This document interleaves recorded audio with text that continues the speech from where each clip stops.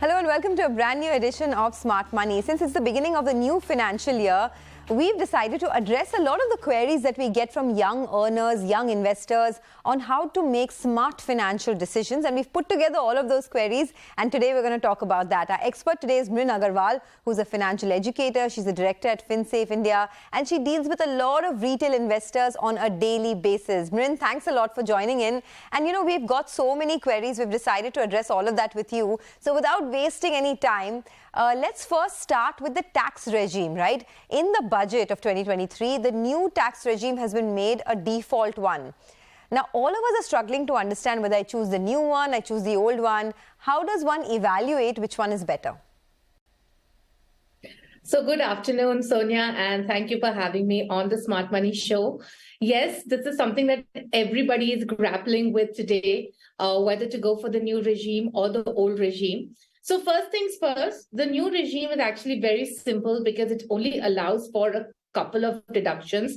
The first one being the standard deduction and the second one being the NPS-CC D2 contribution, which means this is the employer contribution to NPS, right? It doesn't allow for any other deduction like, for example, ATC, ATD, ATE or the Section 24 benefit towards home loans that you have or the allowances. None of these are allowed as deduction in the new tax regime, right? So how do you figure out? Well, there is a calculator on the income tax website that you can actually use to figure out where you are paying a lower amount of tax.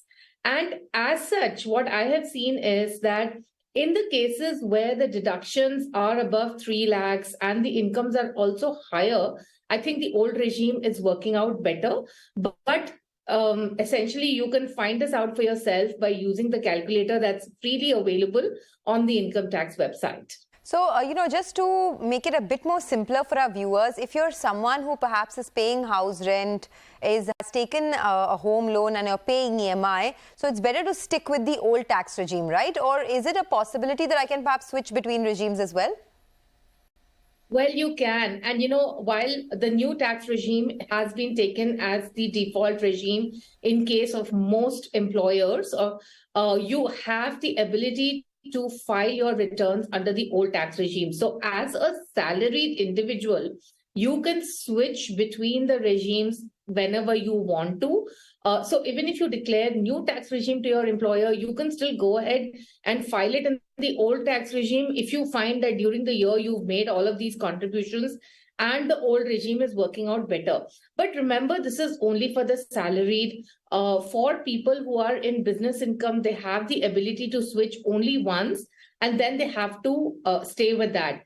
Either way, what I would say is that do your research, figure out which regime you want to be in, because honestly, you know, filing every year in a different regime is not going to be exactly very easy, and it's going to be quite cumbersome for you to, you know, keep a track of everything, you know. So I would say that, you know, do your research, figure out the one that you want to go with, and then just stick with that. But so someone who's watching us perhaps between the age of 20 and 30 has either taken a home loan, is paying an EMI, or someone who's perhaps paying house rent.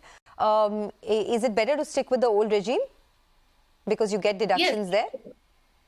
Yes, if your deductions are above 3.5 lakhs, then probably the old regime might work out better. Okay, and what should one keep in mind as far as the new regime is concerned? Well, a couple of things. You cannot file belated ITR in the new regime. So if you miss the deadline for filing ITR, which is July 31st, then you necessarily will have to file it under the old regime.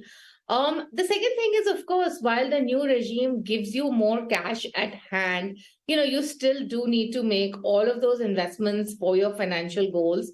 And so, of course, you know, you need to have a very good investment strategy, or you need to ensure that you're making those investments and really not using up that cash for lifestyle expenses. Okay. In fact, since you talked about our financial strategy and investment strategy, you know, many young earners that I interact with are very intimidated by this whole process of investment. They're not sure how to start investing, whether to buy stocks, whether to buy mutual funds, and within the funds, what to buy.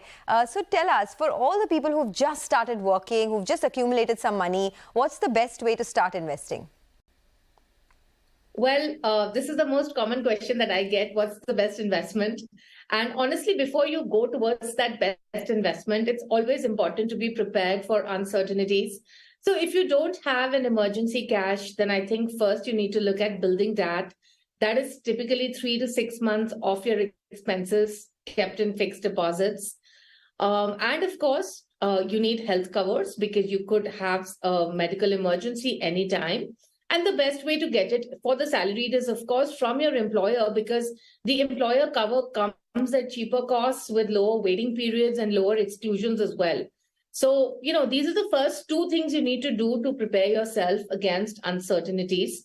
And then when you want to start investing, and I know that if you're a young earner today, you've just worked for a couple of years, and here I am telling you to save for retirement. But the only reason I'm telling you to do that first is because when you start early, it's easier for you to do it because the amount that you need to invest is going to be much lower.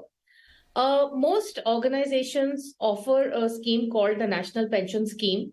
And this is a retirement scheme where the money is locked in till the age of 60. And at the age of 60, 60% comes tax-free and 40% goes into an annuity. Now, the good thing about NPS is, firstly, it's deducted from your salary, right? If you sign up with your organization, that is. Secondly, it's extremely low cost. And you have the ability to choose the investment options, and you have equity options available as well. Now, because of the lock-in, and I know the lock-in sounds like terribly long, like next 30 years, but you know what? Honestly, the lock-in is what really helps in making those returns, because the money is there, it's invested in equities and it's compounding, and you don't have the ability to pull it out. So that's what actually really helps in building a very, very good corpus. It's tax efficient too. As I said, 80CCD2 deduction is available under the new tax regime as well, and the old tax regime. So I think, to start off with, look at security and look at long-term security as well. And look at building that first before you really look at starting to invest. Okay, very helpful, very, very helpful. In fact, for all of you young earners between the age of 20 and 30, this is how you start, right? First, you keep 3 to 6 months of, your salary aside so that you can build an emergency fund. So that's what you need to do first. After that, you need to look at insurance. A term insurance is the most helpful thing for you if you are a breadwinner of the family, if you have dependables. And the third thing you look at is the National Pension Scheme. Now, what we've decided to do here, and Mrin has very helpfully put together a table for us on how the National Pension Scheme compares to equity mutual funds and what is a 5-year and a 7-year return that you can get. So if you look at it, the tier 1 plans in equity, there's about a 13% return in 7 years. In government bonds, there's 8.5%, and in corporate debt, about 8%. So tell us, Mrin, how does the NPS compare to equity mutual funds? We'll, of course, get to mutual funds and the contribution you need to make later. But on NPS versus mutual funds, anything you want to mention? Yeah, so actually, I just want to say that on the equity returns that I have shown, this is an average of all the equity pension funds, like all the pension funds, the active equity options. I've just taken an average of that and, given out these particular figures. Honestly, I think, returns apart, I think when we are evaluating the NPS versus an equity fund, because clearly today, if you have a 25, 30-year horizon, both are options for you to invest in. Now, the difference really is that on the equity side, of course, there's more flexibility because there's no lock-in. And I think it's pretty low cost as well. But of course, NPS is much lower cost. So I think, the big difference is, do you want to manage this investment yourself and have more flexibility and liquidity?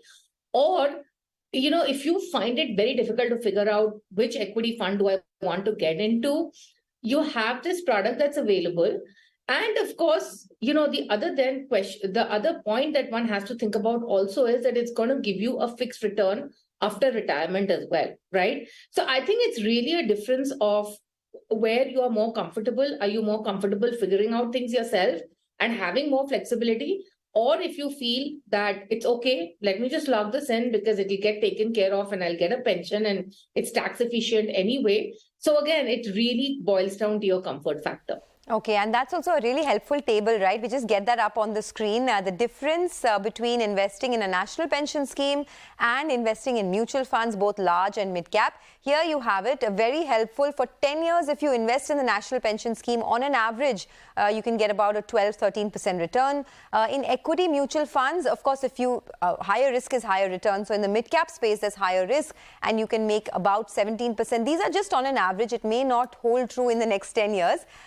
But large cap returns are about 12%. In any case, by investing in these products, you are beating inflation. So that's what you've got to start doing immediately.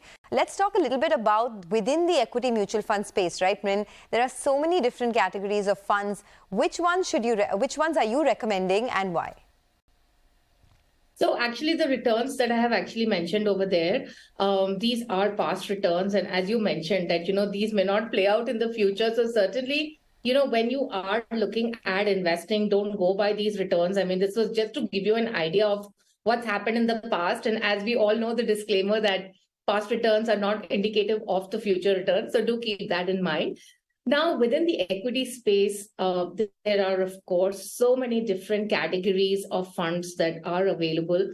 And it gets a little difficult for people to figure out as to where to put, where to invest. And especially what happens is that most people go by the near-term performance of funds and choose funds based on that. Ideally, you need to always be well diversified within the equity space in large, mid, and small cap stocks.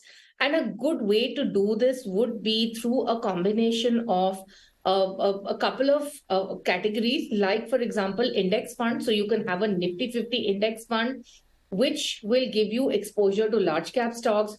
You can have a mid cap fund. And I think, while the actively managed mid cap funds, there are a couple of funds which are consistent outperformers. And I would actually highly recommend an actively managed mid cap fund.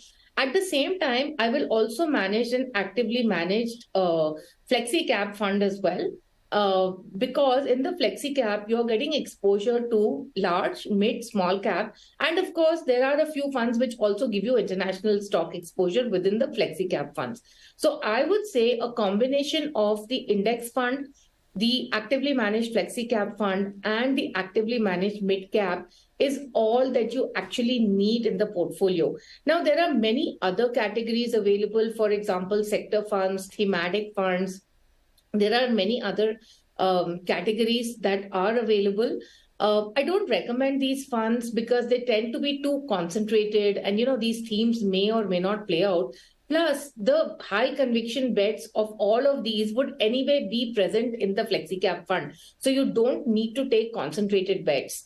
So I would say an index, a flexi cap, and a mid cap. This is all that you need to actually really start off your investment journey. Okay, these are some pearls of wisdom coming in from Mrin. Thanks a lot. We'll slip into a short break, but I do want to ask you about, some of these products which are fancied lately, whether it is PMSs or even in the F&O space, lots of products. I'll come back in just a bit to answer all of your queries. Stay tuned.